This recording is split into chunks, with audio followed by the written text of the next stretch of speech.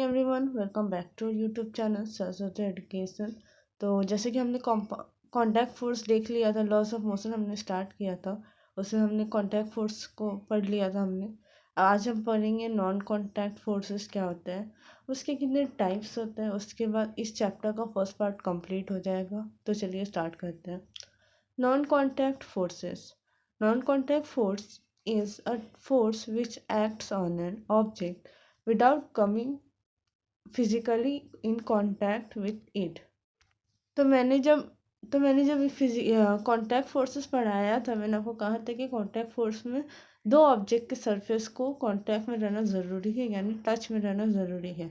लेकिन non contact force, जैसे कि नाम से पता चल रहा है, इसमें दो ऑब्जेक्ट्स जो है वो एक दूसरे के फिजिकल कांटेक्ट में नहीं आते, यानी कि उनमें कोई मतलब उनके सरफेस पर कोई भी कांटेक्ट नहीं होता है। दोनों अलग अलग होते हैं, दोनों में बहुत गैप होता है। उसके बाद भी उन लोगों में एक फोर्स क्रिएट होता है जो कि उन दोनों को या तो अट्रैक्ट करता है या तो रिपेल करता है।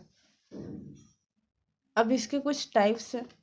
The most familiar non contact forces are gravitational force, electrostatic force, magnetic force. यानी कि ऐसे फोर्स जो डिस्टेंस में रह के भी अपना इफेक्ट दिखाए, उसे हम कहते हैं नॉन कॉन्टैक्ट फोर्स। उसे उसके सरफेस को कॉन्टैक्ट में रहने का ज़रूरत नहीं है, वो दूर से रह के भी अट्रैक्शन या रिपल्सन क्रिएट कर सकते हैं।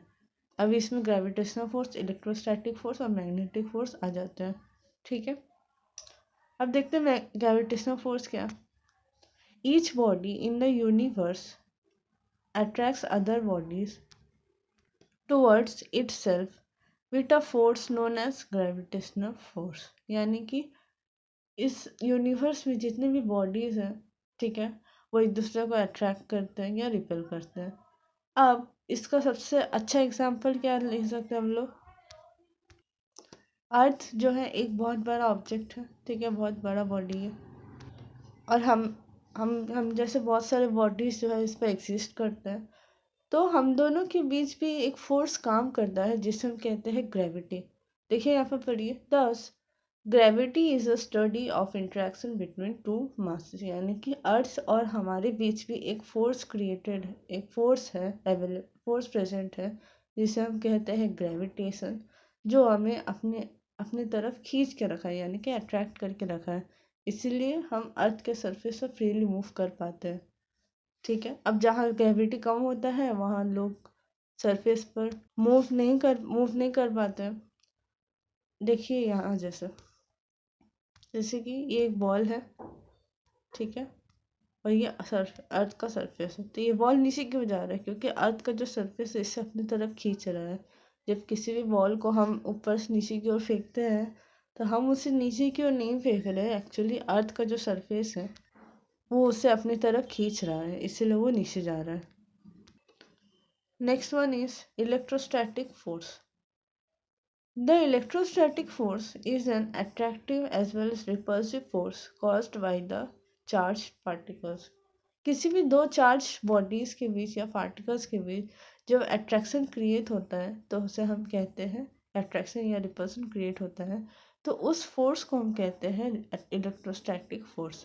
अब हम सभी जानते हैं कि दो तरह के चार्ज एग्जिस्ट करते हैं, प्लस चार्ज और माइनस चार्ज। तो जब प्लस एक माइनस होगा तो इनके बीच अट्रैक्शन होगा।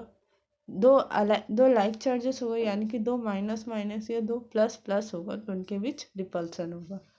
अब चार्ज कैसे किया जाता है, कोई भी कॉम हो गया, कॉम मतलब जो कंघी होता है जिससे हम हेयर कॉम करते हैं, तो उससे आप किसी भी किसी भी क्लोथ पर रब करके देखिएगा। जब आप रब करेंगे ना तो वो चार्ज हो जाता है।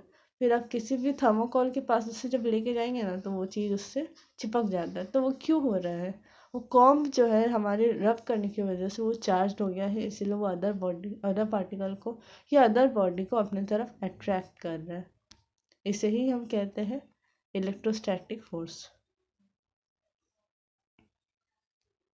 Next and the last one is magnetic force.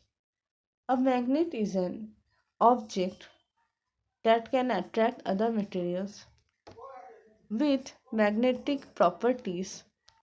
यानी कि मैग्नेट क्या है, सबसे पहले हमें मैग्नेट समझना पड़ेगा। ऐसा ऐसा कोई भी ऑब्जेक्ट जो किसी और चीज़ को अपनी तरफ अट्रैक्ट कर रहा है या रिपल कर रहा है तो उसे हम कहते हैं मैग्नेट। उसमें कुछ मैग्नेटिक प्रॉपर्टीज प्रेजेंट होते हैं।